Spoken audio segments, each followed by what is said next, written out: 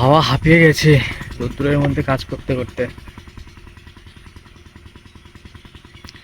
রোদ্দুরটা একটু বেশি গায়ে লাগছে এখন, এই 2 দিন 3 দিন হলো রোদ্দুরের মধ্যে একদমই দাঁড়ানো যাচ্ছে না।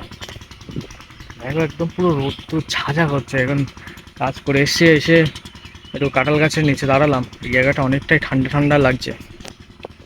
দেখো পুরো ঝাঁঝা করছে রোদ্দুর। এখন বাজে হচ্ছে 9টা।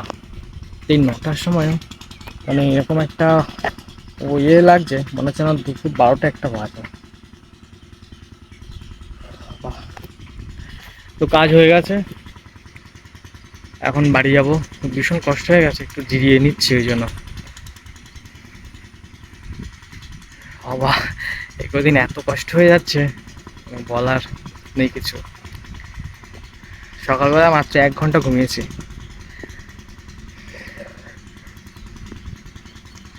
একটু দেরি করে আসলে হয় মাঠে, কিন্তু যা রোদ্দুর, তার কারণে দেরি করে আসলে আরো দেরি হয়ে যাবে বাড়ি যেতে।